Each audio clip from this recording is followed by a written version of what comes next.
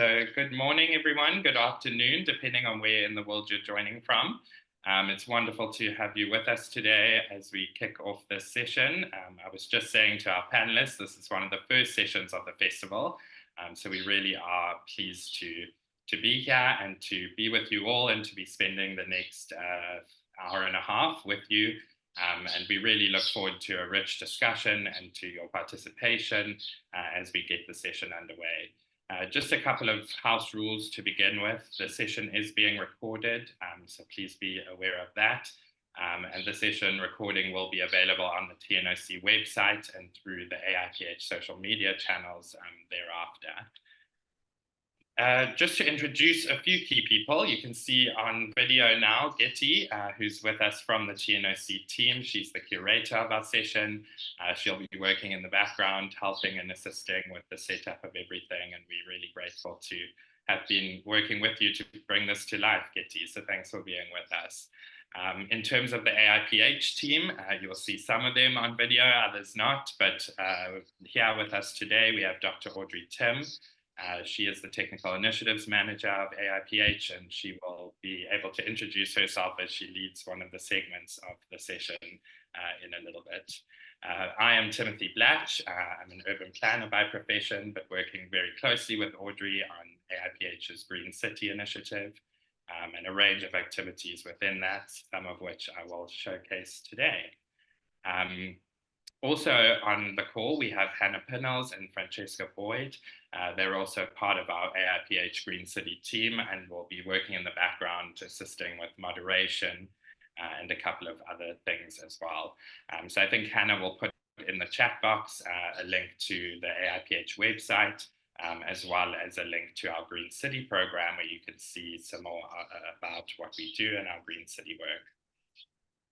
So to get started today, let me firstly give a little introduction to AIPH. So AIPH is the International Association of Horticultural Producers and the world's champion for the power of plants. And we advocate for the role of plants in every aspect of life, but through our Green City program, we lead global thinking of the integration of plants and nature into the urban environment. We advocate for the multiple benefits of plants and the role that they play in people's lives in making our cities greener, healthier, more resilient. And that's really what brings us here today. We want to look at and discuss, you can see the title on your screen, Shaping the Greenest Cities in the World and Harnessing the Power of Plants. So much of our work is looking at how we can use this power of plants and harness it in the urban context to provide the benefits that we, probably many of us on the call know, all these benefits that plants can provide to enrich our lives. We're going to hear today from a really esteemed panel of experts, and they range from across disciplines and across different focus areas. And the aim today is really to have a conversation on who is shaping green cities in the world. We know that our cities need to be greener. AIPH, representing the ornamental horticulture industry, comes at it from the angle of asking the question, really, where will all the plants come from? So if plants are the cornerstone of all of our nature-based solutions work and our urban greening work, we want to look at today some of the aspects that make up that supply chain, because one of the things we advocate for is strengthening the linkages between the horticulture industry and the delivery of urban greening projects. So that situates us quite nicely in the TNOC Festival, which has the theme this year of action and moving towards action. So that's what we want to try and keep the focus on today. How can we look at the different aspects that make up the urban greening supply chain, looking at some of the gaps, the opportunities, and really with the aim of looking at how do we strengthen urban action for plants, for nature, and harnessing those benefits for people, for cities, and the planet. So that's a little introduction, and really just, thank you all for being here. So on our agenda, how the session will run today, I'm already halfway through the welcome and introduction. I will then introduce our panelists who will each make a short intervention. They will present a couple of slides each. looking at some key provocations and showcasing their work within different disciplines, within different sectors. And following that, we will then have a roundtable style discussion that will engage the audience, that will engage the panelists, and really looking at that supply chain and having a conversation on how we could strengthen it. So we really hope to use the panelists' presentations as the basis for that to stimulate that conversation. And one of the things we will be doing as well is trying to achieve a live mapping of the urban greening supply and value chains. We will be using Miro to do this, and when we get to this part of the segment, we will share a link for you to do that. And then we will close the session with some next steps, give you an idea of what comes after this. Before I move on, I just want to say that there is a link in the chat to a live translation. So should you need translation, there's a number of different languages available. Please use that link and navigate to the language you would like to have any translation in today. So really, it's my pleasure today to formally welcome you all and to really invite you to actively participate in today's session. We deliberately do not want the session to be a lecture style of any kind. We don't want it to be just an engagement between panelists. We really want to hear from the live audience and have everybody here who's with us today contribute to the session outcomes. So a couple of ways that you can do that is by joining the discussion in the chat box. Throughout the session, if you have a question, a query, a particular panelist presentation prompts an idea of yours, we ask you to please make use of the chat box to have a discussion, engage with other attendees, and to ask your questions as well. Any questions that are put in the chat box, we will then discuss and deal with in the roundtable style discussion. So please feel free to put those up while the presenters are presenting, and we will come back to them when we open the discussion to everyone. You're also very welcome to speak, and we're not going to have any formal rules of engagement around that.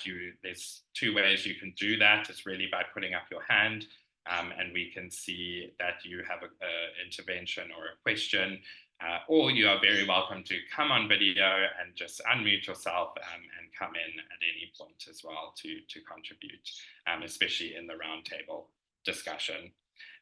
As I mentioned, the Miro board, we will put this link in the chat in a little bit, and that will also be an opportunity for you to contribute and make your points. So today we do have a few polls. Unfortunately, we've had a technical glitch with the polling system on Zoom, but I thought it was useful for us to share them anyway, and use them as a way to provoke some thinking around what the session will cover today, and really just get a sense of internal reflection among all of us. So what you see on your screen is the first poll, and I just encourage you now, please, if you could answer the poll by typing your response in the chat box, if you are willing to do so, that would be great. Otherwise, use it as a means of reflection. But please just tell us a little bit about yourself. We want to have an idea of who's here with us today. Advocates for green cities, ambassadors, academics, activists, city officials, professionals and practitioners, or other. And yeah, I'll give a moment or two for you to respond in the chat if you're willing to. Otherwise, to situate yourself within this multi-sectoral and multidisciplinary session that we're hoping to have today. And we hope that we have a wide range of these different professions, different sectors with us. Thank you to those who did participate, who did give a response. I'm moving to the second poll. Again, I invite you to respond in the chat box. But we really just want to know or have you think about in your current role, to what extent do you believe you have a key role to play in shaping greener cities and in delivering high quality urban greening initiatives? You know, I think there are so many different parts of the supply chain, of the value chain, and really what we want to draw out today is the full picture that there are so many actors who contribute to this effective delivery. And we, in doing so and hearing from our panelists, our attendees today, we want to showcase how wide a range of contributors there are to getting urban action right. So again, thank you to those who participated. And a final poll before we hand over to our panelists. How familiar are you with where plants come from, how they're grown, their multiple benefits, and the role that plants play in shaping greener cities? In other words, how well would you say you know the urban greening supply and value chain? This is on the premise that if we think about how many mayors and ministers, countries, cities are making huge commitments to greening targets, tree planting targets, we're coming at it from the point of view of asking, well, where will these plants come from? It essentially needs to be provided by the horticulture industry. These plants need to be grown and prepared well in advance. And today we'll look at some of the aspects around that right plant, right place, right purpose provocation as well. So thank you to those who have responded to the poll on your screen. And with that, it's really my pleasure to welcome, we have a really fantastic panel with us today. We have 7 speakers, each of whom are going to give a very brief introduction to themselves, their work, showcase some fabulous projects that they've been involved in. And we've asked them a couple of questions to guide those presentations, which you will see on your screen in a little bit. We will ask them of the audience too. So on that note, it's my pleasure to introduce Tim Edwards, our first panelist. You can see his bio on the screen, but he's had a long history of working in nurseries in the UK and Europe, studied horticulture, and Tim Edwards took over running a family business in 1986, which now employs staff of around 100 and is one of the country's leading hardy nursery stock nurseries. So Tim works with us on a number of our Green City projects as well. And after close to 40 years in the nursery industry, Tim has started a new venture as a horticultural consultant now. So Tim, thank you for being with us today, and I will hand over to you. Thank you, Timothy. First of all, sorry that I don't have slides. I've just got back from a fairly lengthy trip to see my daughter, who's just had a baby in France. So I didn't have time to prepare any slides, I'm afraid. But as Timothy said, I've spent my working life as a nurseryman, growing and supplying living plants to the landscape contractors who place those plants within the built environment.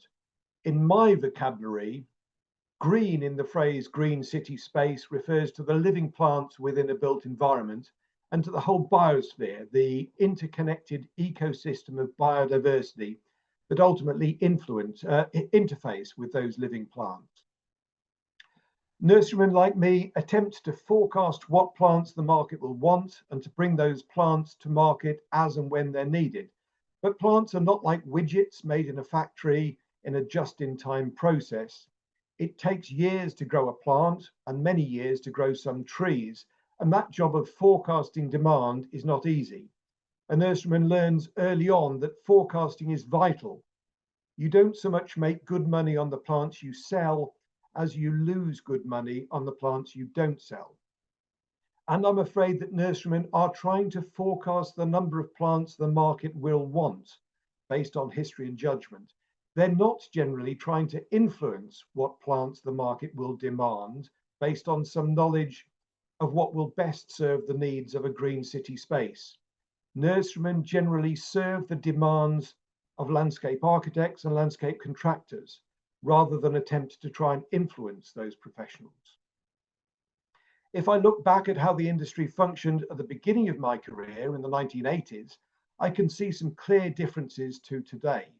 On the plus side, I'd say we've made very great progress in terms of the quality of plants available, the range of plants available, and indeed in the service with which plants are taken to the market. And that progress has generally been driven by commercial pressures. Poor growers fell by the wayside.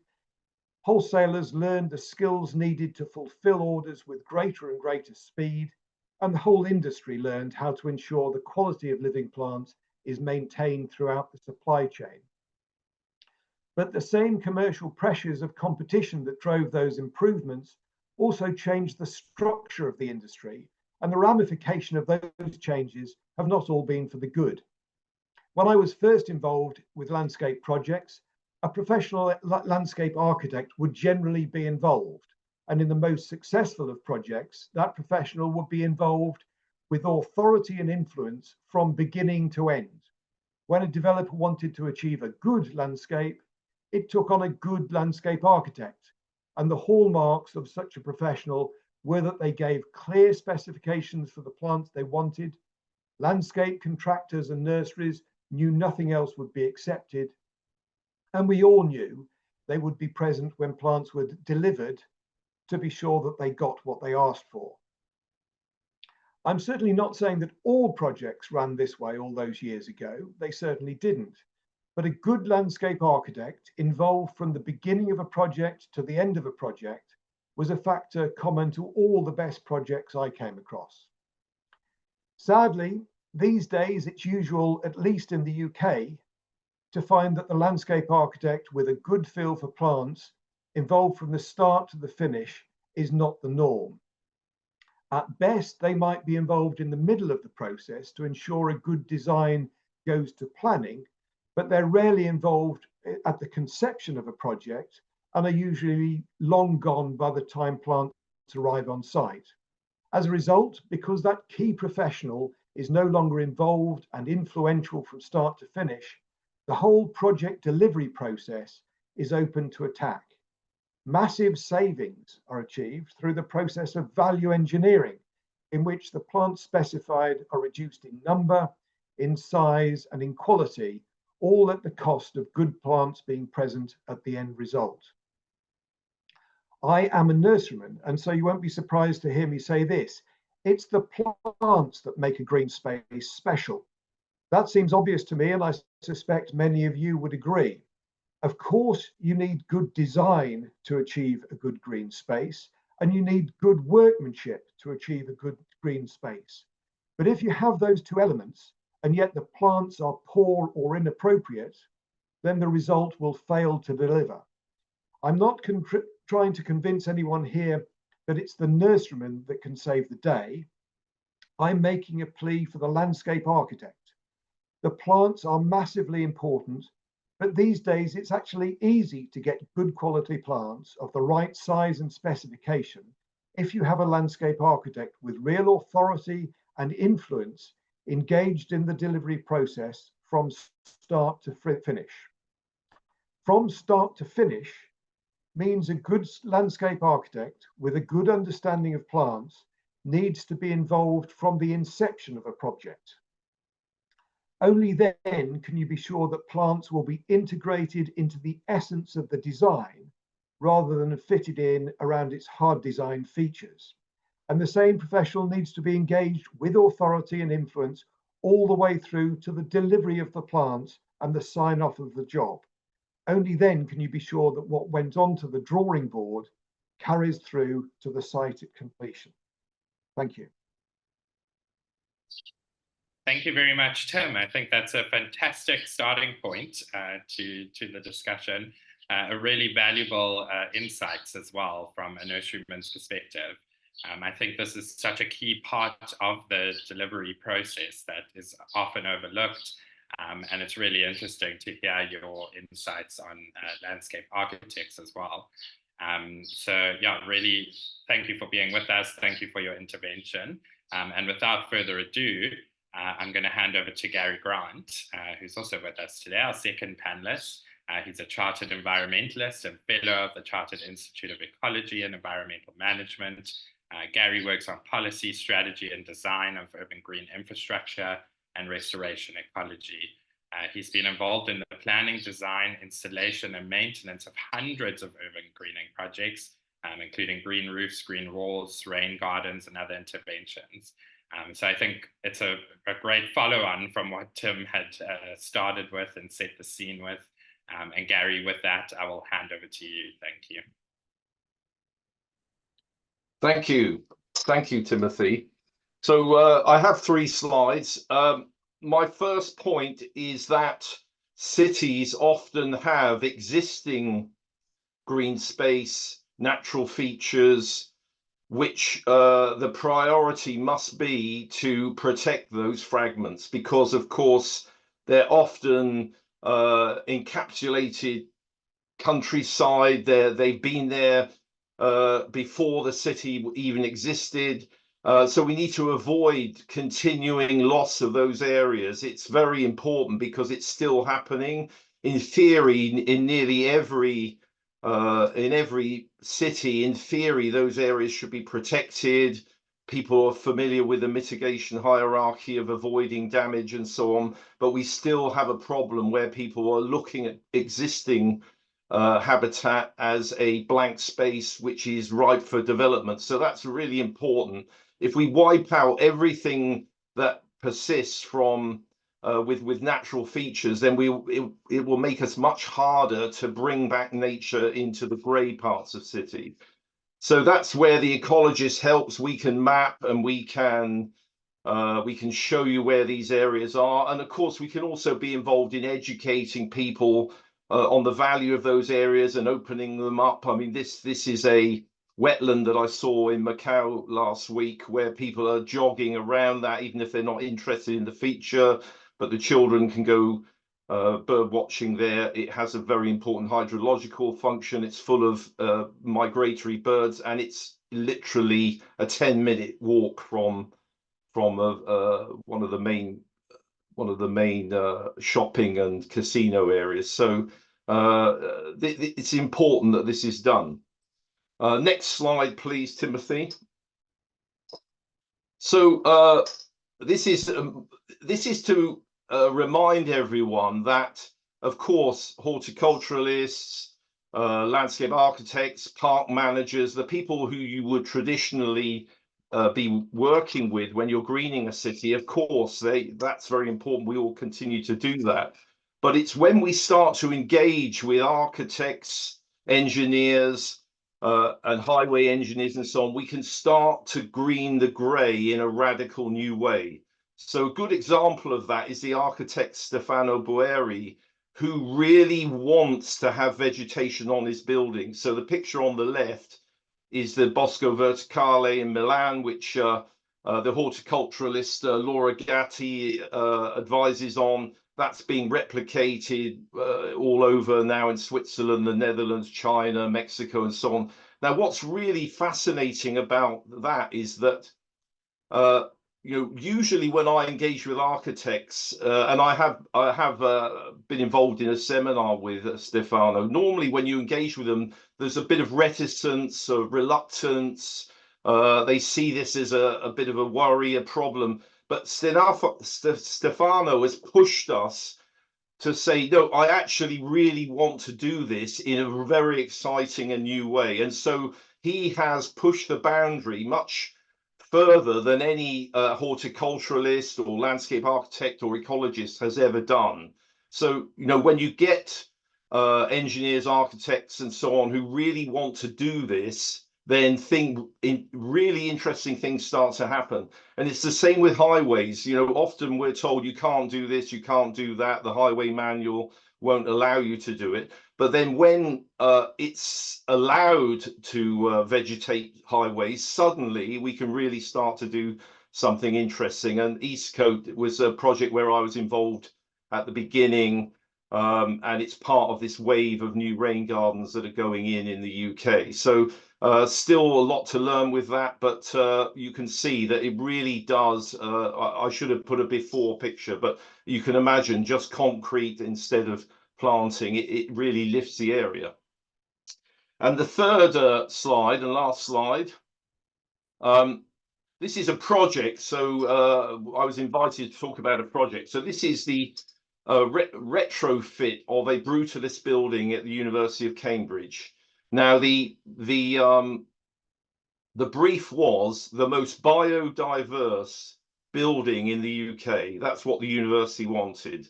But the plans that I was shown wouldn't have even provided the most biodiverse building in Cambridge, let alone the UK, because what the architects have done, they've gone out to the market, they've gone out to the contractors, and actually horticulture contractors do have a lot of influence over planting. And with green roofs, they will often tell you you have to have a sedum mat, because that's what we have on our farm, that's what we grow.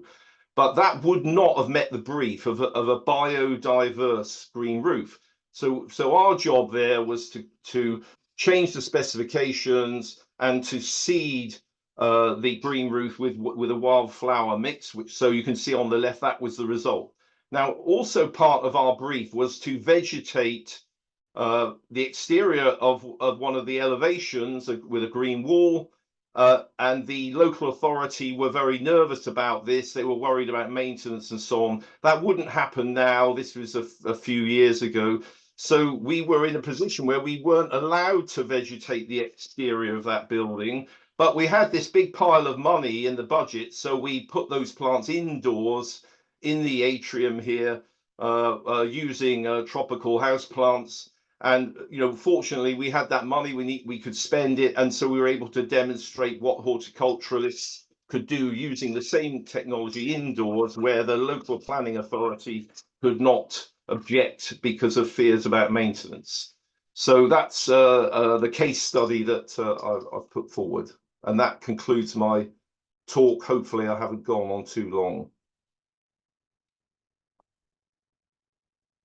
That's great. Thank you so much, Gary, and thank you for your intervention. I'm going to move on quickly so we can get through all of our panelists. But with us today is Jana Kostler. We're really grateful to have Jana with us. She's the community manager at HM University and organizes co-creation between all 5 sectors within cities through the innovation network of the University of Applied Sciences in Munich. And through the EU Lighthouse project, creating neighborhoods together, Jana and her team function as a transition hub together with the team of excellence for the CCI Munich, and create living labs for urban gardening and local food chains in large housing estates. I believe Jana is going to show us a really amazing project as well. So Jana, I'll hand over to you. Thank you for being with us today. Thank you, Timothy. So yeah, let's get started with the first slide. So hi, my name is Jana, and I am the community manager of HM University, which was invited by our partner of the city of Munich, Alice Reil, who is also presenting or was presenting today already, from the Green Space Planning Unit. So what we are as HM University is we are the innovation network of the University of Applied Sciences in Munich. And what we've been doing since 5 years now already is bring together all the 5 sectors of the society. So politicians, municipality, civil society, science, economy, and of course, the nature and the animals, for impact and for green transformation. And today I will specifically talk about one of our projects where we are functioning as a so-called transition hub, which is a neutral actor who is organizing stakeholder dialogues, formats, and processes. And all of this happens in an EU New European Bauhaus Lighthouse project, and which is called Creating Neighborhoods Together. And all of this happens in a Munich satellite quarter, which is structures in very high buildings with large green areas within. And these green areas are mostly unused. And I think this really characterizes many suburbs in Europe. So it's actually very relevant what we're doing there to maybe set up the strategy we are following in other suburbs of Europe. So our partner here is we are not the only one who's organizing the co-creation, but we've partnered up with our partner that Timothy talked about before. It's called the Team of Excellence for CCI, so Cultural and Creative Industry. So we're also bringing arts and culture in our project. And what we are doing together is we set up living labs. And next slide, please, Timothy. Thank you. So in this new European Bauhaus project, we have 10 different projects to 10 different topics. So this one is a living lab for edible sitting. So that's what we want to set up in this quarter, Neuperlach. And we have the action leads with which is Green City, which is one of the biggest like urban gardening and greening NGOs in Germany, and also the Munich Initiative for Sustainability and the Munich Food Council. So these are the initial actors. And what we are doing then is initiating pop-ups together, like public cooking session, balcony greening workshops, to actually get in touch with the local residents, because we have to foster acceptance for these topics and building up relations with the local stakeholders, the municipality, with interested companies who might collaborate and maybe sponsor the initiative long terms. Also creatives who will help design these long-lasting and beautiful gardens. And all of this took a year to build up by getting in touch, by hosting network meetings, setting up design workshops, like actual design workshops with civil society for important garden elements, and also building up this common identity for the edible city in Neuperlach. And yeah, how does this look now? You can see here that we went through from 3 partners for this whole topic in the neighborhood to field living labs with people and stakeholders from the different sectors of science, of creative industry, and especially important, the people who are actually going to plant in Neuperlach. And please show the next slide, Timothy. So what we found is 15 initiatives who are going to build smaller or bigger gardens. So these are social initiatives and initiatives for elderly people who just really want to foster local food producing and cooking together. We made contact with local funding possibilities and also garden centers who are going to help to strengthen and to fund those gardens long term.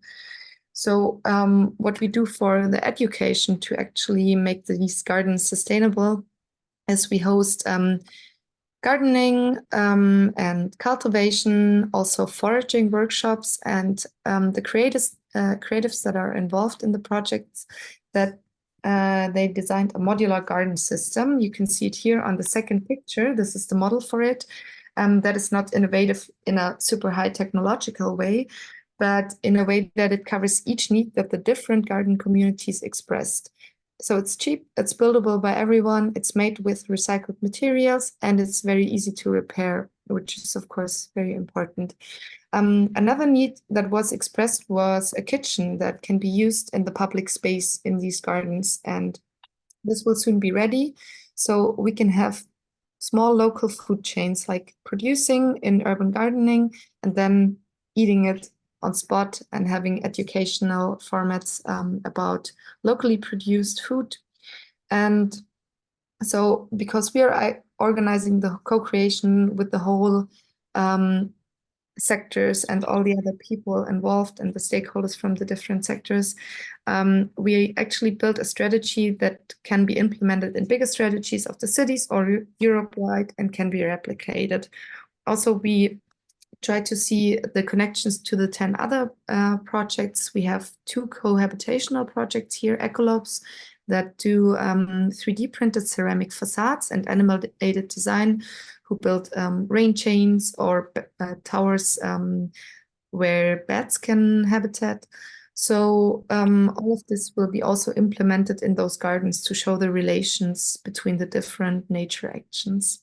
So yeah, that's that. And please, have the next slide, Timothy, possible.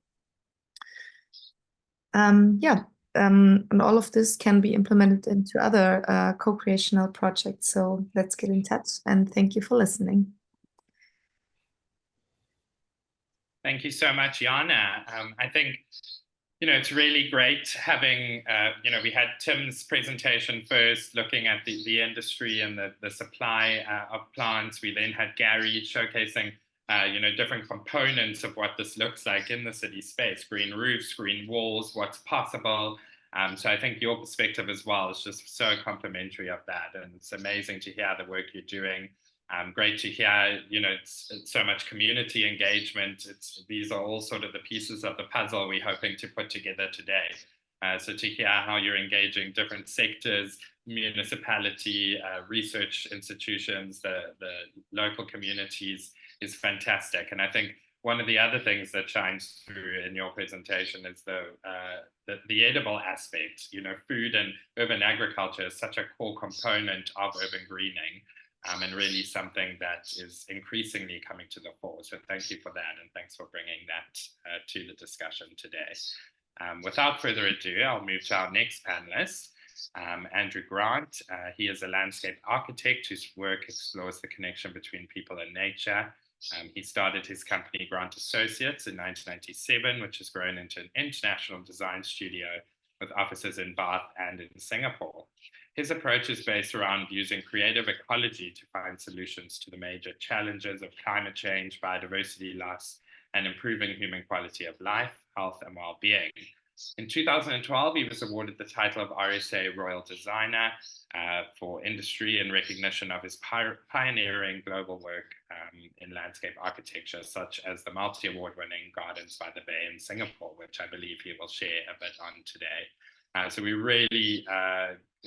really pleased to have Andrew with us. We've worked with Andrew on many things, but I think, you know, coming back to almost full circle, Tim Edwards mentioned the critical importance of landscape architects.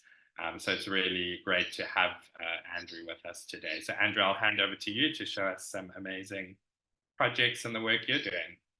Thank you, Timothy. So we have the first slide, that would be great. And thank you, Tim, for the big up for landscape architects. I'm a landscape architect, and I've listed a range of things here that I think I should be doing, and what I try to do in my work, because I think landscape architects, along with people like Gary, basically we're one of the few professions that actually live with a project from sort of strategic thinking, talking to the client, creating the brief, all the way through to getting it built and trying to sort of make sure it's looked after in a good way. So, you know, advocacy of great green space is a fundamental part of what I do.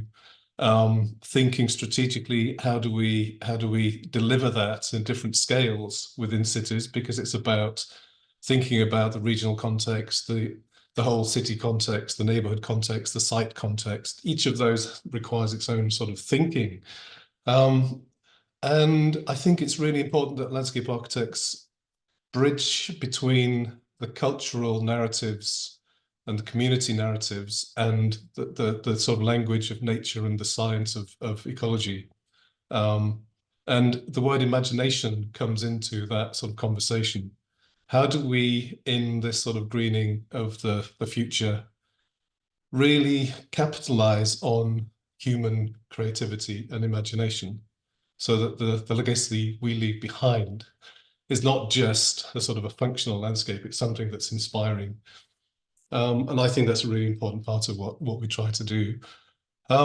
Clearly, you know, in terms of the details, we need to sort of make sure that we are really thinking about how to optimize the benefits of nature. How do we respond to the sort of research and the science that is demonstrating all of the qualities that we know we can get from better green, better ecological thinking?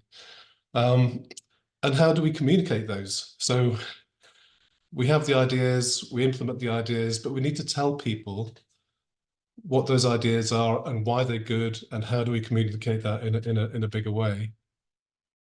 And coming back to Tim's point earlier, basically fundamental part of this story is actually making sure that once we've conceived these amazing ideas, that we get them built to the quality and the integrity and the long-term sustainability that they deserve. And that is a massive challenge in terms of contemporary built environment construction. And what part of that is really also embedding a proper approach to the long-term management and maintenance of those projects that comes from the sites. Next one, Tim, please. So we were asked to sort of think about, well, who are the players in these important projects? And fundamentally, I have to say that the most important player is the client. If the client is not interested in greening, not interested in the use of plants, not interested in the idea of actually expending money to deliver the quality, the long-term vision, then you're already struggling. So a big challenge, big sort of objective is to make sure that clients are fully aware of the benefits of things. I think the next thing is starting from scratch. If we're starting to rethink about greening cities, taking into account all of the issues that we're now facing, climate change, biodiversity loss, habitat loss, all the things that Gary was talking about, what is the team that you need to actually think about the right solutions? So this is a diagram of a team that we brought together for a project in a sort of French-speaking city. And we thought it would be appropriate to try and sort of assemble a team that had all the disciplines and Gary was one of the people who was helping on this one. But there are 13 organizations here, or 13 disciplines and there could be more, but it covers everything from soil to ecology to lighting to urban mobility to thinking about the infrastructure, thinking about how do we use remote sensing to understand the environment, how do we use ecosystem services, computational analysis, how do we think about the microclimate, how do we think about how this is going to change in the future. And so you need somebody who's going to try and sort of corral all that information and develop a sort of a concept and a strategy from that. And in this particular instance, it's me and our team as landscape architects. And at the bottom, I've got some figures there, which basically just highlight the challenge we have in that this is just going back a couple of years. I sort of thought it'd be interesting to just understand how many landscape architects there are in the UK relative to all the other built environment professions. And in a nutshell, basically, we represent less than 1% of the number of individual professionals who are sort of are registered against these different disciplines. So we have a huge challenge ahead. Last slide, please, Timothy. So just coming back to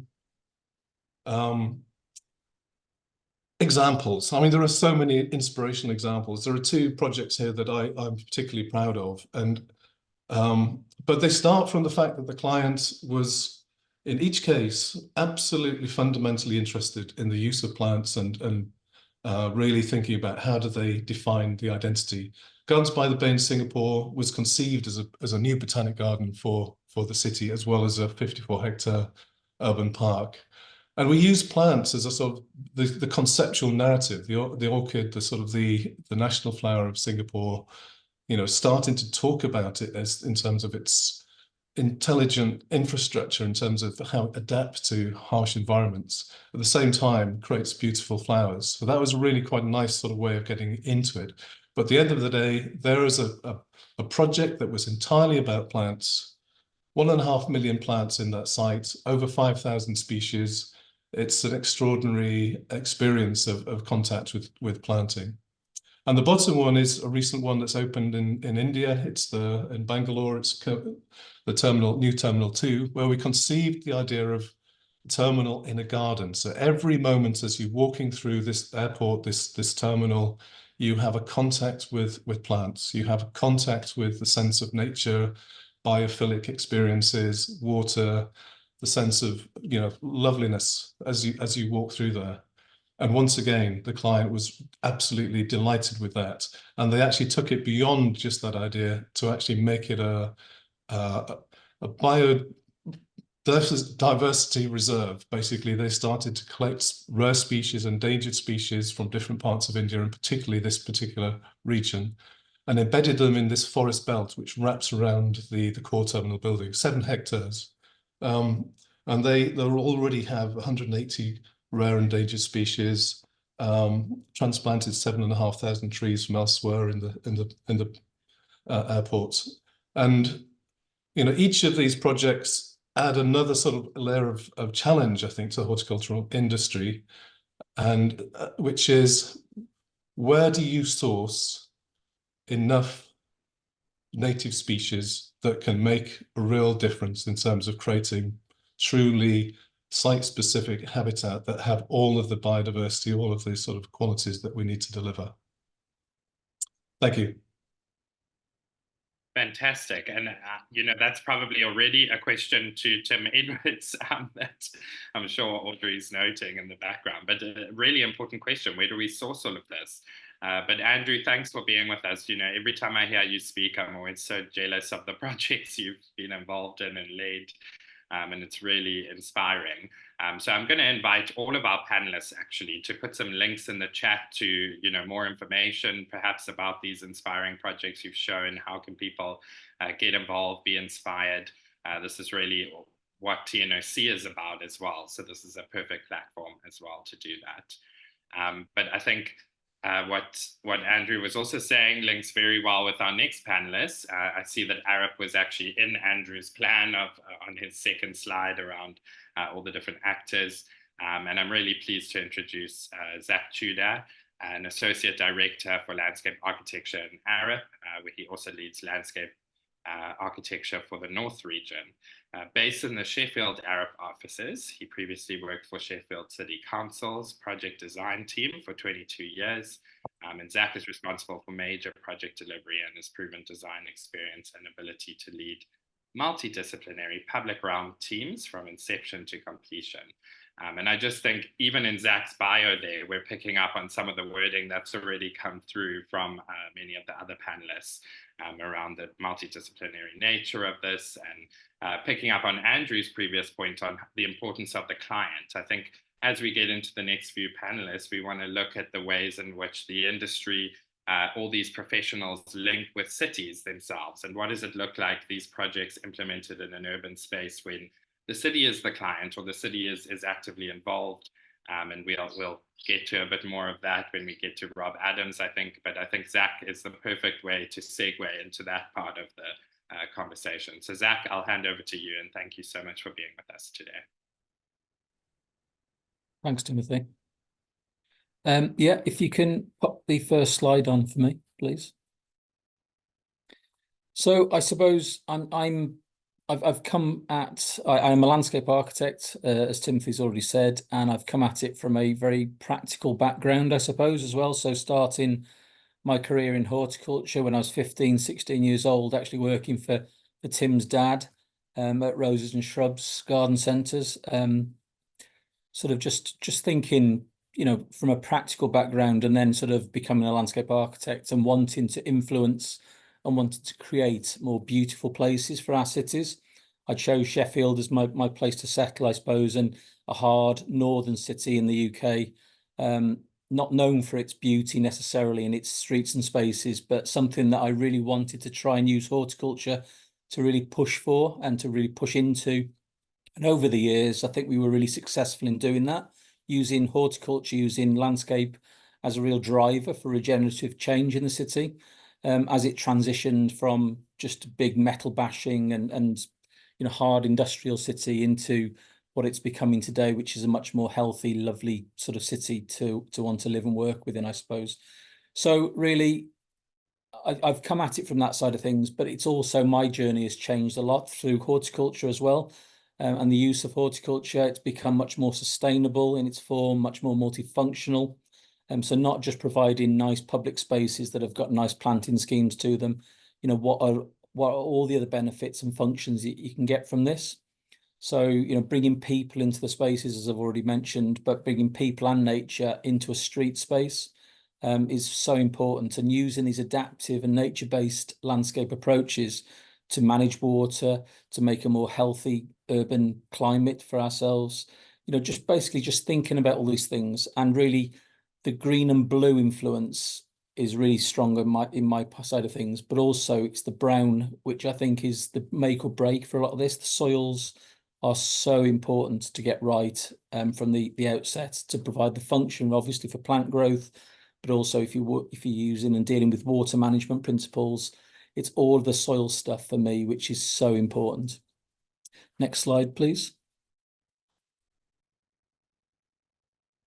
And as an influence, I suppose, thinking about what influences and what makes a successful scheme, picking up on Andrew's point about the client is essential in all of this. The client's aspiration is essential, but also the client's purse is also essential to achieving these things.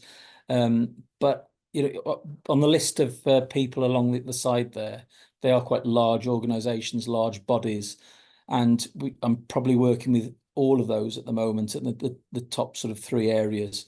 But actually, if you can do these sort of things using those individual groups, but actually where the real impact comes is where you can bring them all together to get a much better outcome to the scheme. Working with local authorities, local governments, working with the water authorities, working with government agencies to actually provide a much better outcome for us all is a much better solution for a landscape scheme. And I do think as well, it's about the multifunctional approach. You need the designers with knowledge to bring into this, to balance the approaches. It's not just about a road, it's not just about a SUD scheme or a rain garden, it's not just about an active travel cycle route network. It's about seeing the spaces as places. So a street can be a place, and all of those elements that you sort of bring into the play need to have some element of equality to them.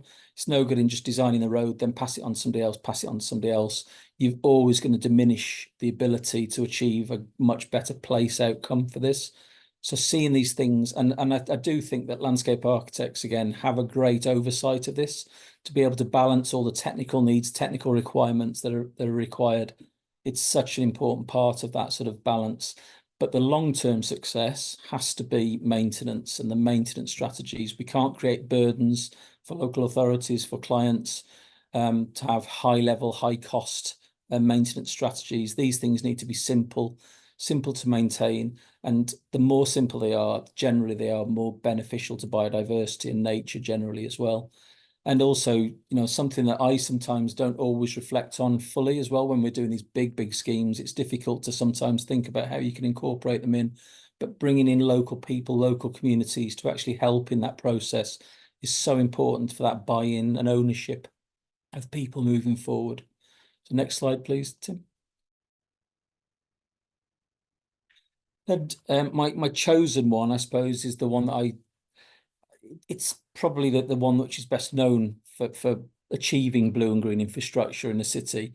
But it's the Greater Green project in Sheffield, which I led on while I was at the council. And it is just a continuous route of movement that was a 4-6 lane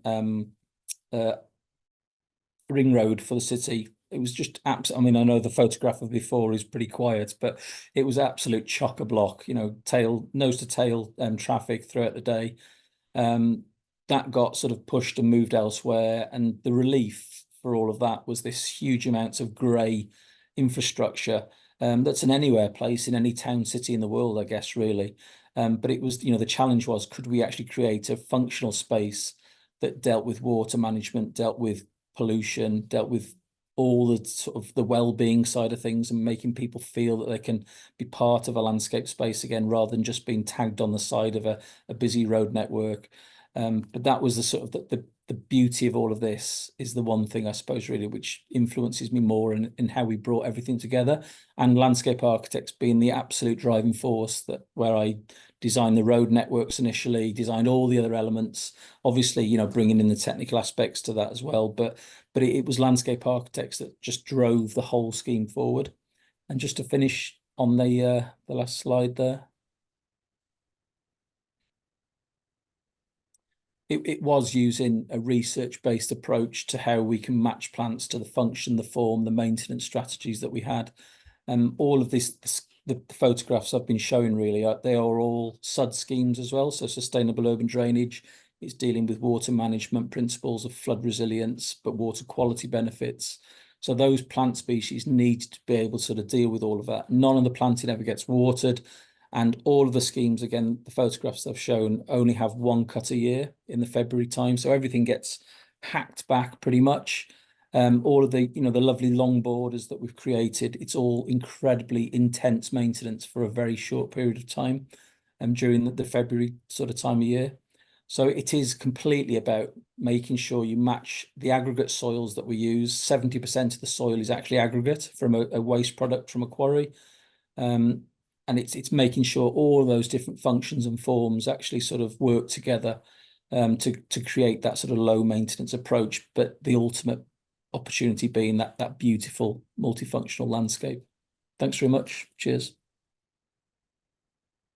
Thank you so much, Zach, and thank you for being with us and sharing this in your inspiring work. I think you picked up very nicely on some things that will segue into our next canvas. You mentioned the importance of research and knowledge, and Lauriane coming up soon will touch on those aspects as well. But before we get to that, really excited to have Rob Adams with us. We've worked with Rob a number of times on many different things. And Rob joined the city of Melbourne in 1985 and has had a long career and history working in the city and helped to write and implement the rejuvenation strategy for central Melbourne in that role. This has resulted in Melbourne being voted by The Economist magazine the world's most livable city on 7 occasions. The City of Melbourne City Design Team, which was led by Rob, has received over 160 awards. But since November 2020, Rob has been an advisor and been in a mentoring role as a city architect, while also setting up his own practice, Adams Urban. So Rob, you bring a wealth of experience to this conversation. I think very familiar with this supply chain we're talking about today, and these various actors and aspects, and a really unique perspective, having worked for the city for so long. So over to you. I'll hand to you. Thanks. Thanks, Timothy. And if you give me the first slide. Yes, I find myself in local government as a reluctant entry into local government. I immigrated from Zimbabwe to Australia back in 1983. And my first job was to help the city write its strategy plan between 83 and 85 as a consultant. And what I found is local government is the best place in the world to work. You are sitting at the center of everything. You're sitting at the center of talking about what's your local character. How do you bring in mixed use walkability and optimize the infrastructure of cities? We brought a population to the downtown from 685 units to 65,000 units. And so what does density mean, and what do you need to do to actually provide green spaces for that? And then there were all the partnerships that you had to do, make and enjoy to make this happen. And then the public realm, and I'll talk a little bit about that. Greater Green was a project where we had to get better balance between who was using the street. It was pretty much car dominated back in the 1980s. And if you said you were going to take cars out, you wouldn't have got far. So we slowly started to erode the asphalt. And I'll talk a little bit about that. The team I led was actually an in-house set of consultants, landscape architects, urban designers, industrial designers. So we were responsible for designing every aspect of the city. And I was very careful not to be caught up in any of the hierarchies of local government. So there were fiefdoms in a way. And what we were doing was servicing the fiefdoms and bringing them together and hoping to get them to have a dialogue. Things like climate adaptation, we helped write the urban forest strategy, cities a catchment, Australia's dry, how do you put water back in the soil, how do you stop flood mitigation, and then green buildings. Next slide, Tim. And when asked about the various key players, the politicians were the most influential. They were the people who wanted to change the city back in the 1980s. And the community groups in many ways had written a plan about change, what they wanted to see, what they wanted their city to be.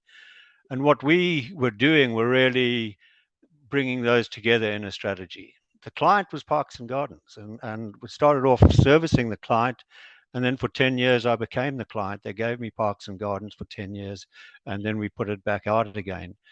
The traffic engineers are most probably the most important allies we had through this whole process. And I'll say that because we'll get on to the next slide just in a moment, but 80% of the public realm is made up of roads. So if you design a good street, you design a good city. The planners were the regulators. They had to help you put in place regulations that enabled cities to become green. And then the team I led, the urban designers, in many ways, I wrote a book a few years ago and they wondered what the title was going to be, and I called it Urban Choreography.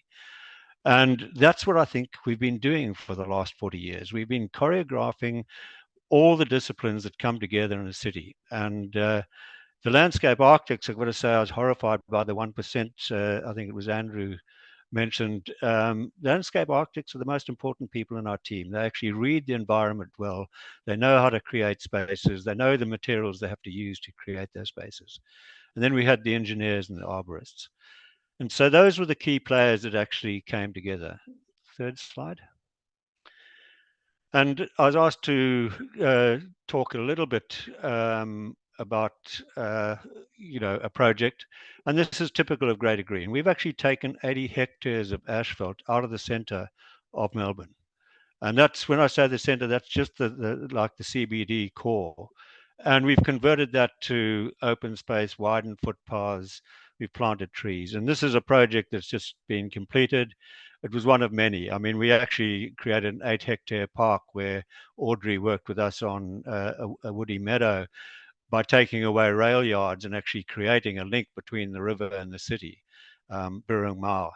But this was one that we've just completed, which was coming out of the Commonwealth Games in 2006. We closed the end of the road. The cars dropped from 15,000 to, from 30,000 to 15,000. And so we said to the traffic engineers, can we take half the road? And we created this linear park. And you can see in the top left slide what it looked like before. And that was an illustration of what it would look like. And this is what it actually looks like in the slide. So we've got a 1.7 hectare park in one of the densest areas of Melbourne that used to be a road. And to me, that's the power of local government. And I felt incredibly privileged to have worked in local government for 40 years. And as I say, it was pretty much an accident on my behalf. So Tim, thanks for that. Thank you so much, Rob. I think, yeah, that's brought a really interesting perspective, and so great to have the participation of someone who's had that many years experience in local government.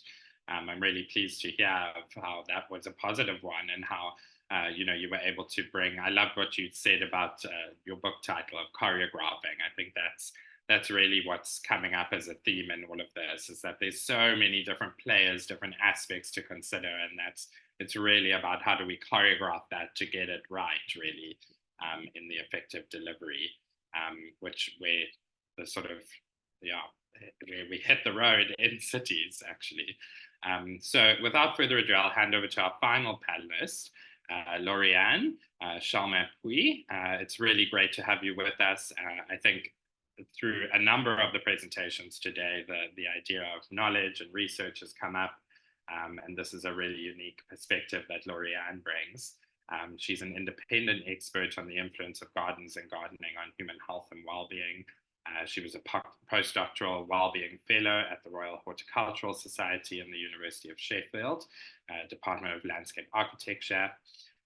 And Lauriane, it's wonderful to have you with us during her doctorate.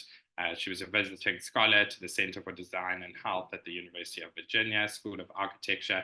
Really a lot of experience and a lot that you bring in your role to the greening of cities and the aspect of health and well-being. So thank you for being with us, and I'll hand over to you. Thanks very much, Timothy. Hi, everyone.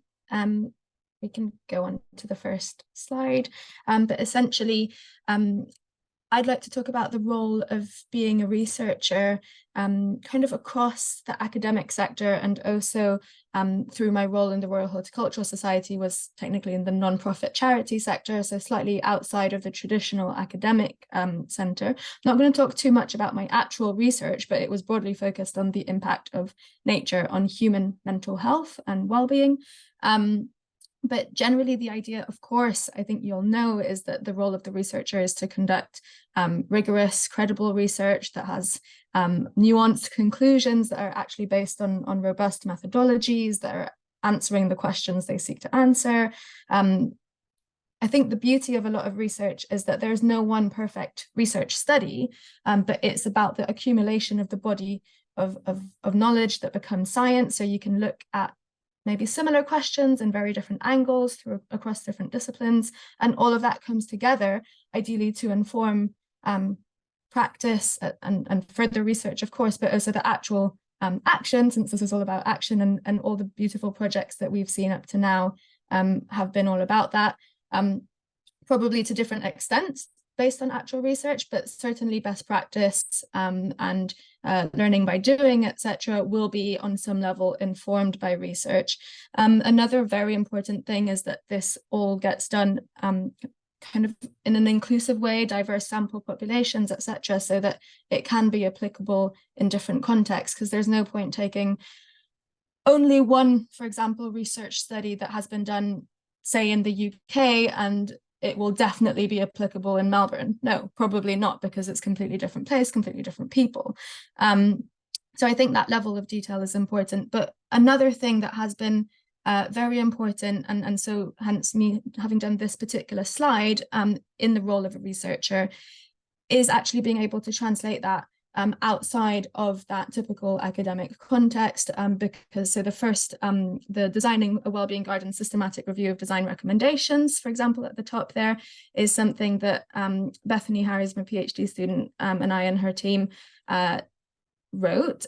It is open access, but it's lots of jargon. No one's going to read that really, other than other researchers. So we did some work to publish it that's freely available online in sort of like normal English. We did some infographics to make it more digestible, but it absolutely covers the main 6 key points. And it is essentially the same information, just using words that more people will understand. So that is very important. And there was a comment in the chat about how do we convince other people. I think that's one thing about research that not everybody, but some people do consider science to be like a key touch point of gaining new knowledge. And that can be a very important way in which people who are otherwise not convinced can be convinced about something. So, for example, the importance of plants in cities. Even for the people who do get it, you might think, okay, well, this is obvious. They already knew this. They felt it. They just love nature anyway. Why do we need the evidence for nature? They might get it, but they might not have the words, the numbers, the concepts, etc., to convince any boards they have to convince, any financing decisions they have to make. Having that sort of piece of paper that they can bring to the table can be really important. Can you go to the next slide, please, Timothy? Thank you. I have had quite a short career, but I set myself a challenge this morning to see whether I could fill up this slide with text, which is something we should never do, but I thought this will be my challenge. And I have worked with some quite improbable people, but otherwise lots of people that have already been mentioned, lots of different fields, lots of different sectors, etc.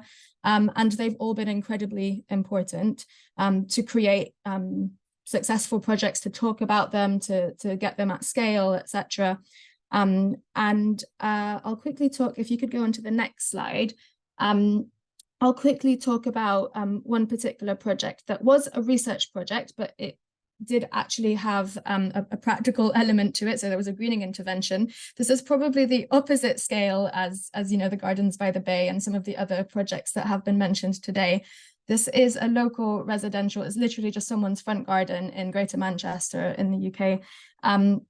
And my research about it was to see what the impacts of this tiny intervention, you can see the addition of these ornamental planters here, would have on the residents' stress levels and well-being. And spoiler, it did, and that has all been published and talked about, so you can look out for it later on.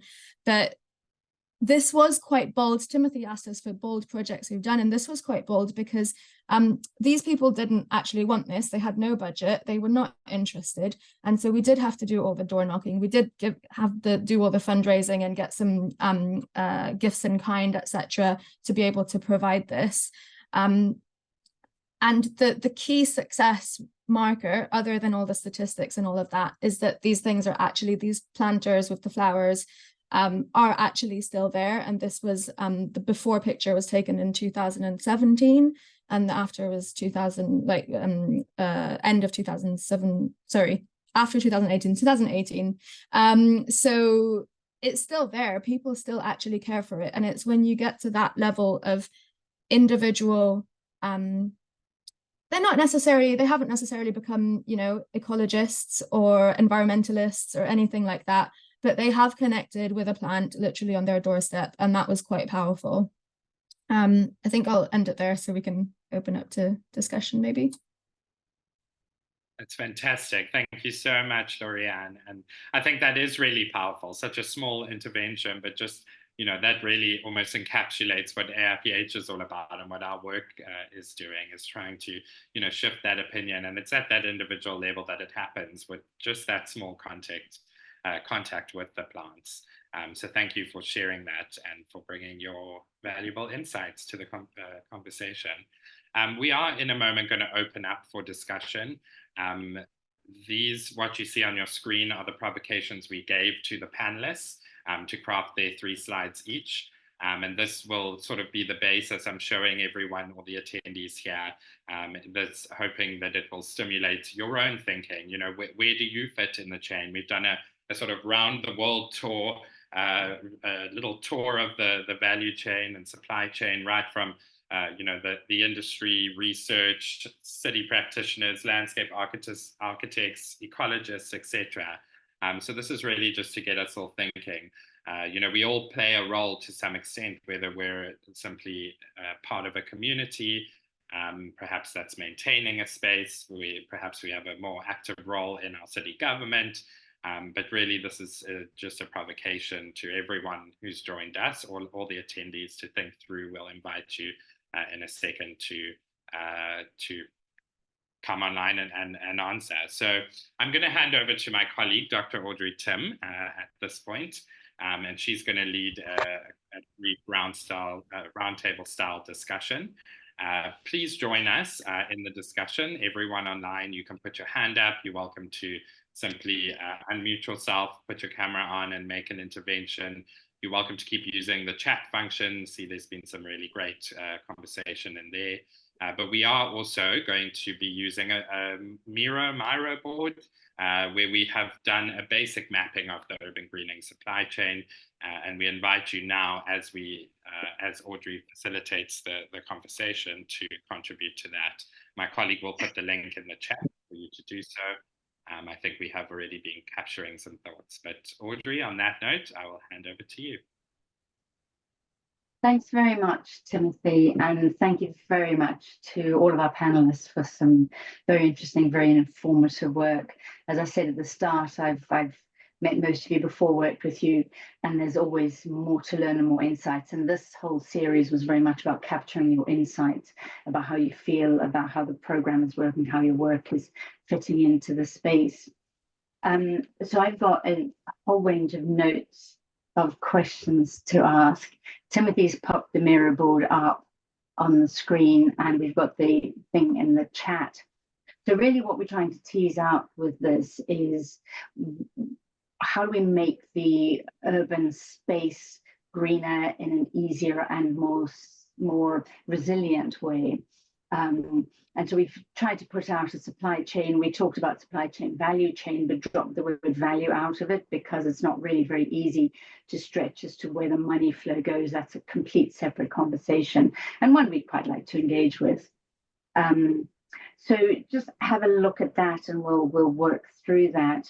A few questions coming up here, a few notes. One of the key things is very much about who takes responsibility with the decision making. Now, there's been some conversation about the client, and the client essentially makes the decisions.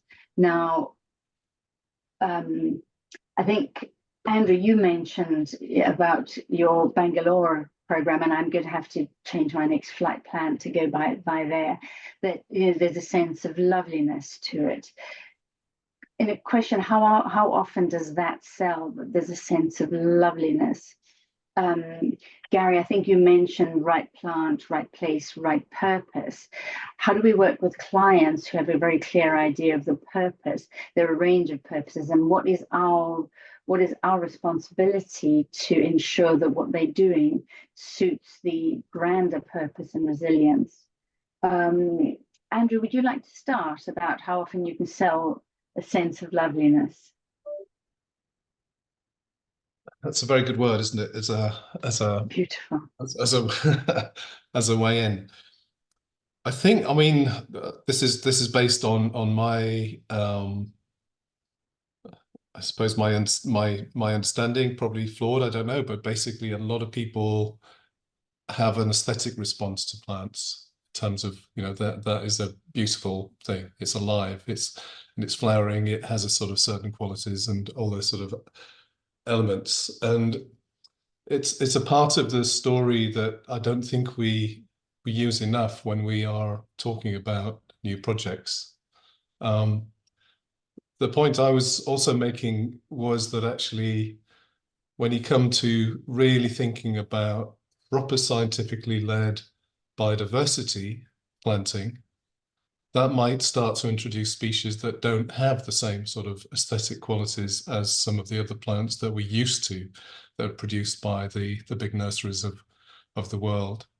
And I think that's a really interesting dilemma in a way, maybe not dilemma, but something that we have to grapple with, is to create the right sort of integrity of habitats. We may need to use species that don't necessarily meet the aesthetic rewards that we're used to for some of the other species we use in our cities. And I know it's a sort of a debatable point. I mean, Zach will probably have a view on that in terms of how the Greater Green project went through Sheffield, but certainly some of the projects we're working on at the moment, there is that tension in terms of how do we get these two narratives going in terms of the loveliness, the biodiversity, well, the loveliness of plants to certain insects, for instance. You know, how do we take that into account? For sure. Very much so, and there's a lot of conversation around bringing native plants into space. You know, Rob, you mentioned the Woody Meadow program, that project that we worked at in Melbourne, and that was very much Australian plants, the native plants, bringing into the urban context. And we had a real challenge because there are very good reasons why a lot of native plants are not in commercial production. There are challenges to production, challenges to just the way they grow, and challenges to the normal vision of loveliness. I think that's right. I mean, yeah. I think there's always this debate. I mean, when we put the urban forest strategy in place, for instance, the instruction to my team was, I don't want you to talk about species. I don't want a debate about whether it's exotic or indigenous. You know, let's talk about the metrics about increasing canopy cover from 20% to 40%, you know, diversity, you know, water, etc. Because I think too often we get tied up in, you know, what looks beautiful, but that's a subjective matter. I mean, coming from Africa to an Australian landscape, took me a few years to actually see beauty in the Australian landscape because it was different. But it was certainly a sustainable landscape in many ways, and a misunderstood landscape that suddenly we're finding is, you know, we have these ravages of fires that, you know, it's a different sort of landscape that needs to be thought of in a different way. So I think context is so important. I think, you know, looking at everybody else's beautiful stuff and saying we want one of those is not where we should start. We should be looking at ourselves and say, where's our climate going? What's the temperature going to do? What is going to be sustainable within that temperature? And start to build that up. And that's why I enjoyed the Woody Meadow project with you, because that was all about sustainability. We were sitting at the end of 11 years of drought. And things were dying, and we had to get some sustainability into that debate. Zach, you mentioned in terms of getting the right plants, which is what you're alluding to, Rob, you need to pre-order. What's your experience with pre-ordering, and both from a perspective of working with nurseries, but also perspective of how that varies with projects around the globe? Can we make the same assumptions? Yeah, I mean, pre-ordering for me, it's such a when you're designing something, you put such a lot of effort into thinking about the plant communities you're trying to create. It's not always, I mean, certainly most of the schemes I do in the UK are not purely native. They're a mix of native and non-native species that are going to survive long term through long periods of drought, much hotter environments in the urban context. So it's very much more about the right plant for the right place, as we've all been sort of talking about to a degree, but making sure you do bring along the native species as well for biodiversity benefits. But it's just such a frustration really, in that you do all of that thinking, you then give it to a contractor, the contractor goes away, tries to select the plants that you need, comes back with lots of substitutions, lots of can't get this, can't get that. And it's not that we're using necessarily really rare species. They are, I suppose, some of them are, I suppose you'd class more uncommon in a nursery environment.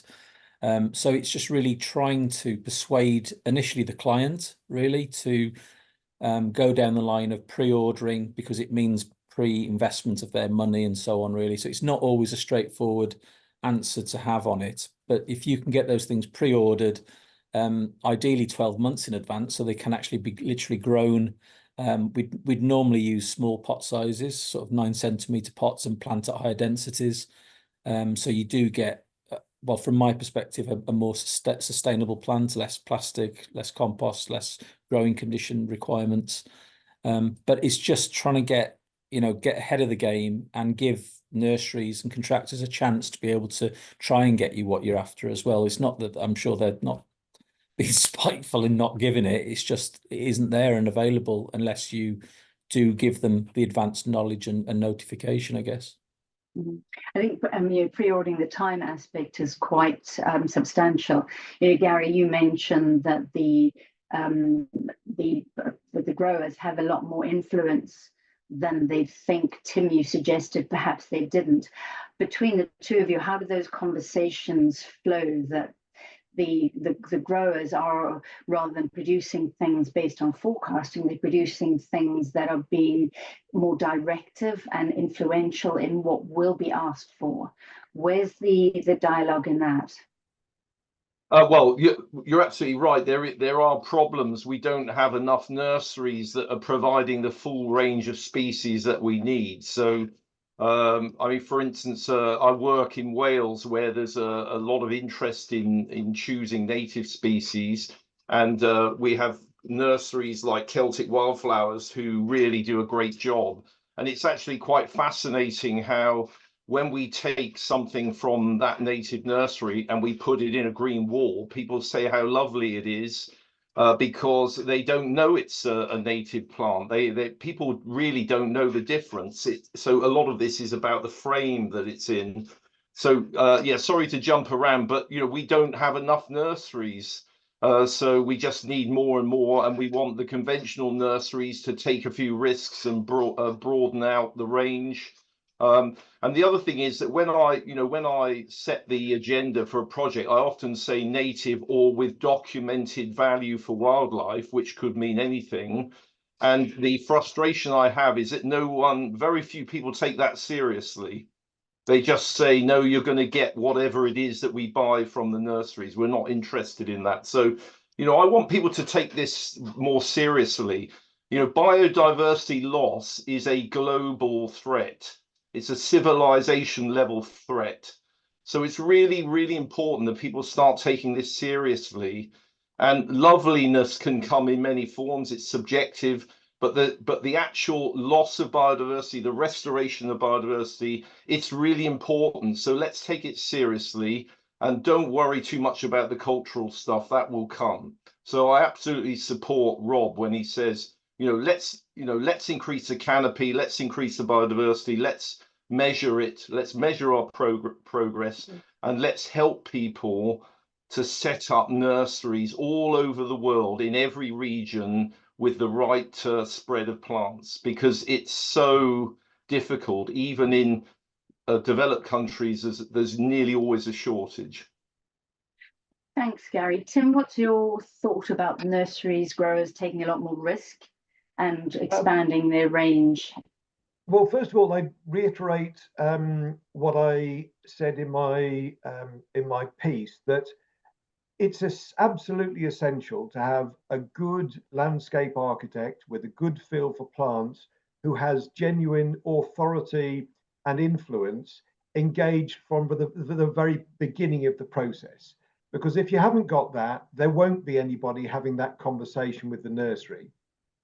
If you have got that, and they're aware of the issues that they're facing, then they will be having conversations with nurseries, and they'll be having those conversations early on.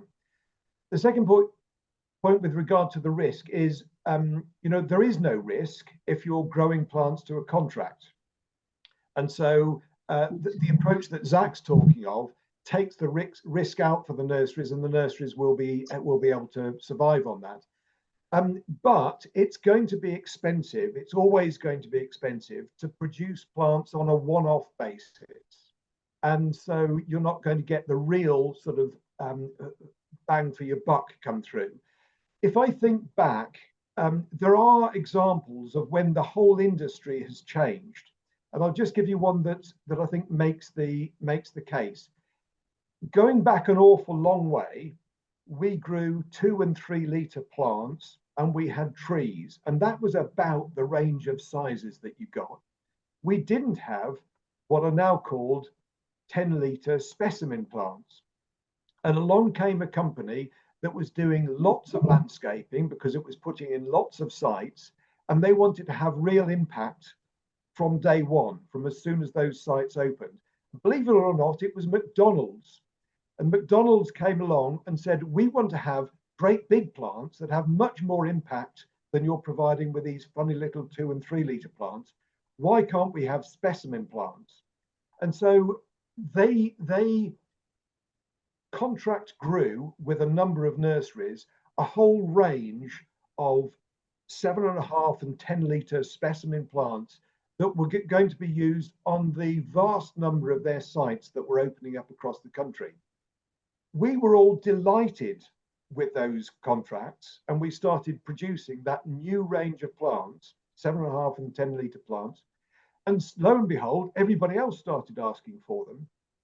And now you'll find the industry does provide large specimen plants, large specimen shrubs in those pot sizes, and there's an abundance of them. But my point is, there's a real change that's taken place there. And if you analyze how it came about, it was because in the early days, somebody had a lot of work coming up, and they solved their problem by placing contracts to have those plants grown. And I wonder, with more communication and with some agreement across parties, if we need native plants, if we need a range of the small pots that a range of plants in the small pots that Zach's talking about, or the more ecologically rich plants that Gary's talking about, if we could only get agreement across the board, and if there was only faith that when those plants appeared on lists, they're actually going to be driven through, as I say, from design to implementation of a scheme, then I think the industry can change. But you can't expect the industry to just take the gamble of producing plants that aren't currently being asked for, because they'll get left with plants on their hands and they'll go bump. That's an interesting dynamic. Thank you, Tim. I'm aware of time and our session's getting to a close, and we want to go back to the mirror board. But before we do, I'd like to bring in Jana and Lauriane and your work that you've done with communities, neighborhood stakeholders. There's a lot of talk about including them both in design, but also in the longer term management of the landscape of the gardens, and very much talk about that being the engagement is good, a sense of ownership, maintenance. To be a bit provocative, how often are they seen as free labor in terms of maintenance and taking that responsibility away from commercial practice? And how much is that weighing on communities? How much of that is devaluing the horticultural industry? put you on the spot there. Do you have experience and comments on that, please? Lorianne, do you Yeah. want to? Yeah. I mean, yeah, I found myself nodding a lot to what you were saying, Audrey. I think that often in some plans, the maintenance aspect is sort of the last element that doesn't always get realistically considered in terms of budget as well. Of course, that is a longer budget that has to stand through time. Often it does rely on community volunteers. That's not necessarily a bad thing. Sometimes the point is community volunteering, and people get a lot of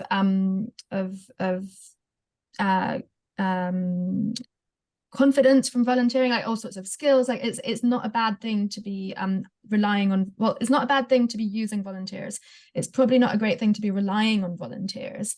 And that's where maybe what you've said of the devaluing of horticultural skills does come into play, where at least in the UK sector that I'm slightly more familiar with, horticultural careers are not necessarily seen as something that is very attractive, that is well paid, that is going to be providing a workforce for all the greening that we do need. So I think definitely on that point, yes. I think though that one thing that is slightly awkward is that because of all of that is devalued, not everybody will actually have that intrinsic benefit of plants. I think we've been talking a lot of, yes, everybody thinks seeing plants and butterflies, etc., is lovely, but I don't think that that is actually the case. Like, many people are just not exposed to that and wouldn't necessarily have those sort of gut feelings until they're actually introduced to it. And so I think a lot of this sort of free volunteering is a means of getting that sort of cultural connection, the cultural sensibilities and the appreciation. So it's not a bad thing in and of itself, but probably not to be relied on. Thanks, Lorraine. Jana, your comments? Yeah, like in our case, it was also a lot about asking the right questions. Like we didn't set up communities that are only set up for gardening, but those are existing communities that we asked, like, could you need that? Would that be helpful for your community? Especially like for social centers.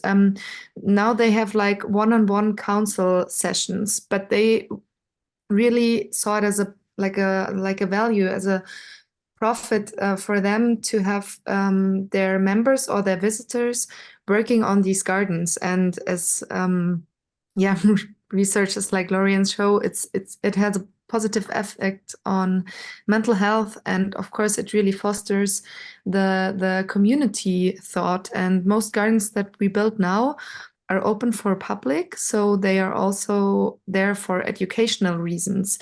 And what we also do is we ask the members of these communities and the local inhabitants, which plants would you like to have?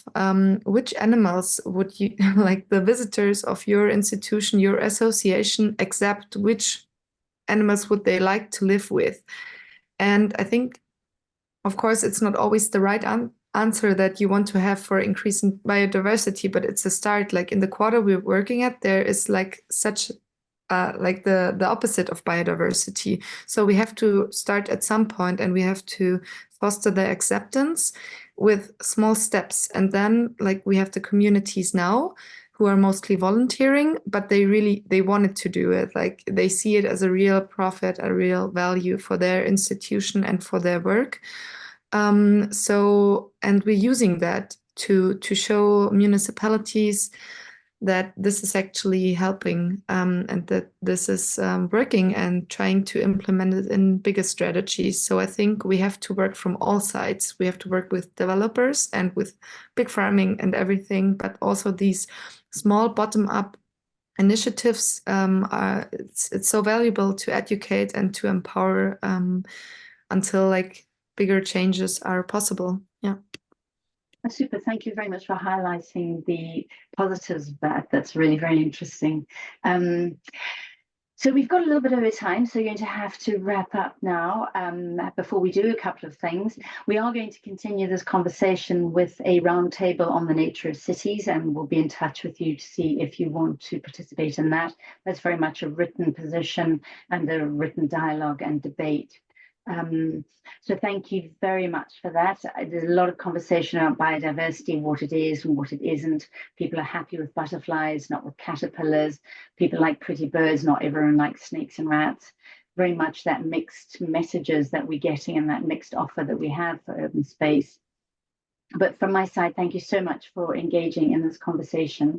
I'm going to pass back to Timothy, who will run through the mirror board. We've had our wonderful AIPH team in the background putting comments on the diagram. So Timothy, if you are able to show us and talk it through and then close the session for us.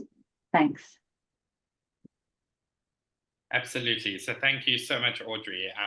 I think in the interest of time, I won't talk through much of the detail, but just to thank everyone for their contributions.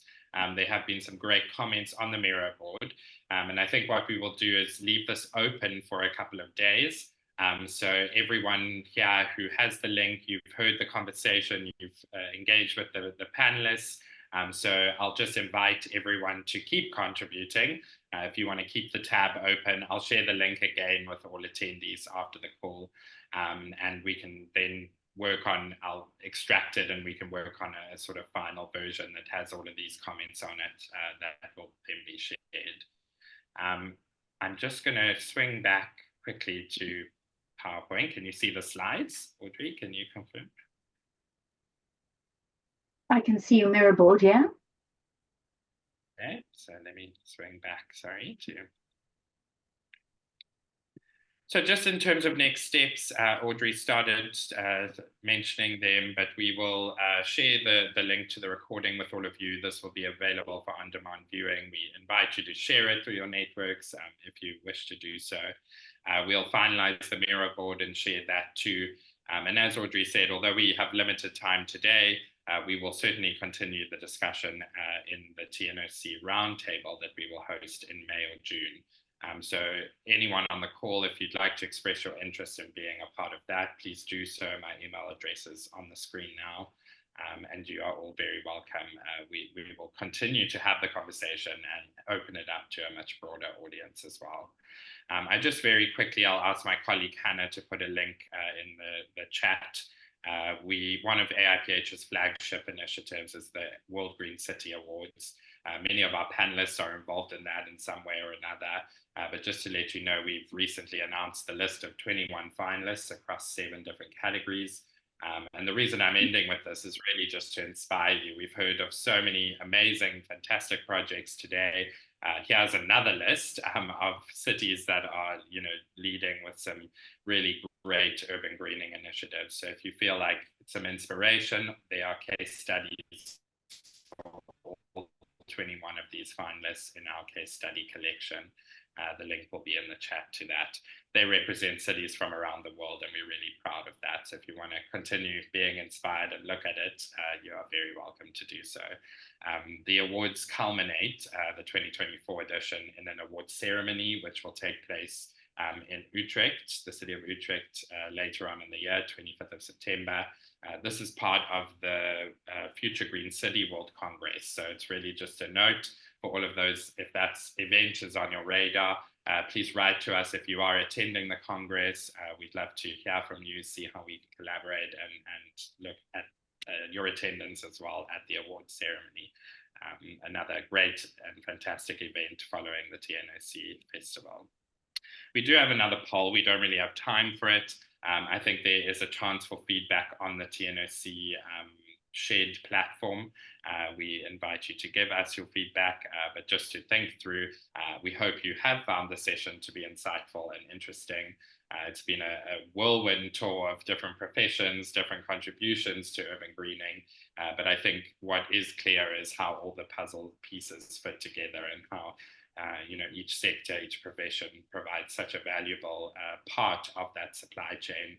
And I think the takeaway is really that in getting urban greening right, it's essential that each of those parts are played in the most effective ways. So on that note, a big thank you to all our 7 panelists for your contributions, for presenting and showing us all these different amazing projects and the work that you're doing. And thank you for joining us today. It's been a really fantastic time altogether. As I close the session, AIPH has a global online virtual community called the AIPH Global Green City Forum. This also provides a space where you can contribute resources, you can share news, share events, and it also has a forum space where we can engage in further conversation as well. So I invite you to scan the QR code on your screen now. We invite you, it's very simple, quick and easy and free to join the forum. And we hope that you'll connect with us in this way as we continue this important conversation. So on that note, we are a bit over time, but thank you to everyone for joining us today. It's been wonderful. And we look forward to the rest of the TNOC Festival. The virtual segment is ongoing for the next few weeks. And we hope that you will engage actively in that. And thereafter with us on bringing a roundtable to life and continuing this very important conversation. So thank you to the 7 panelists, thank you to the AIPH team that's online, thank you to Getty, our curator, and thank you to the Nature of Cities for helping us in putting this together and providing a platform for this important conversation. And finally, thank you to all our attendees. It's been fantastic to have you all with us, and we are really proud of today's session. So thank you, everyone, and we look forward to engaging with you in the future.